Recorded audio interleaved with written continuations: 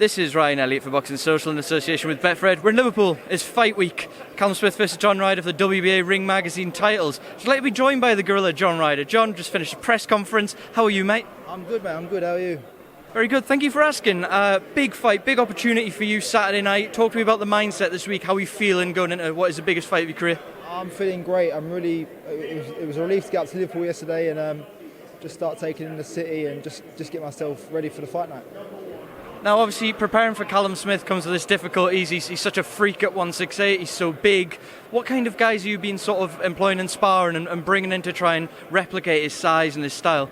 But the thing is, you're never going to fully replicate Callum Smith. He does what he does. He does it well. We've had all different shapes and sizes of super middleweight come in, light heavyweights, and we've had a good lot of sparring. So I'm really happy and really positive and really know that I'm going to do well Saturday night. As was discussed in the press conference, a lot of the talk this week has been, Callum Smith gets the win and goes on to fight at Anfield, and there's an actual gorilla came into the shot. Yeah. As we were, a lot of the talk's been about Callum Smith and about what might come next for him, etc. And a big narrative that's been missed is this dream you've had of winning the world title. What would it mean to you to cause the upset and to claim the WBA world title, Ring Magazine belt, and everything else that comes with it on Saturday night? Listen, it'd be a dream come true. I started boxing at 12, my first fight at 15. Ever since then, I've been in the gym training hard with the goal of being a world champion. Ultimate dream come true, do you know what I mean? It's 19 long years of hard work, ups and downs, some real roller coaster ride, and just like tipping off a career with a world title around my waist. Unbelievable. It was interesting to hear Tony talking about how it wasn't that long ago in reality where he was contemplating your retirement on the back of the Anfield fight. You moved up to 168, sort of settled in there, been on a terrific run of form.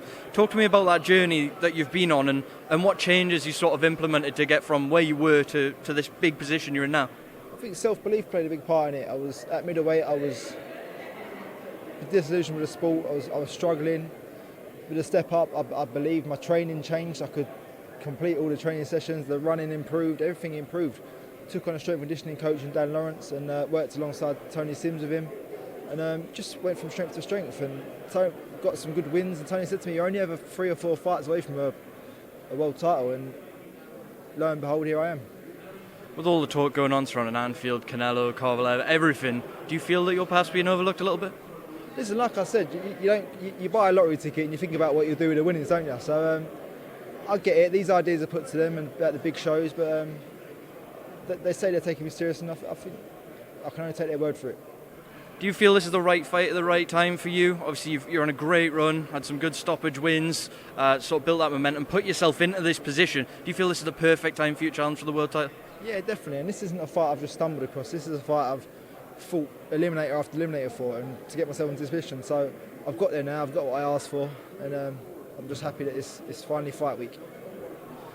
Obviously, you're going to be the away fighter Saturday night. You said in the press conference you expect to be treated like the away fighter. With that comes the atmosphere. We know Scousers like to get behind their own, make a lot of atmosphere, can often be quite intimidating in droves. Is that something that's crossed your mind, or is it the mindset of once I'm in there, they can't help them? That's it. Once we're in there, it's just me and him. Do you know what I mean? It's a ring. We've been there time before, and it's a fight at the end of the day. Elsewhere, John, sharing Sky Sports with yourselves on Saturday night, Deontay Wilder in his rematch with Wilder-Ortiz. If you could you just give me a quick prediction? How do you see that rematch going between those two heavyweights? I think Wilder will win a lot more convincing than last time. He had a bit of a struggle up last time. Ortiz showed you what he's worth, but I just think it's Wilder time, and I think some big fights ahead for him, and I believe he'll get the win. John, I appreciate you got a lot of media commitments, so I'll leave the final word to yourself. What can the fans expect to see from the Gorilla Saturday night in Liverpool? Just expect a good fight, a good win for myself, and to get my hand raised and to be taking their belts back to Islington. John, thank you very much for your time.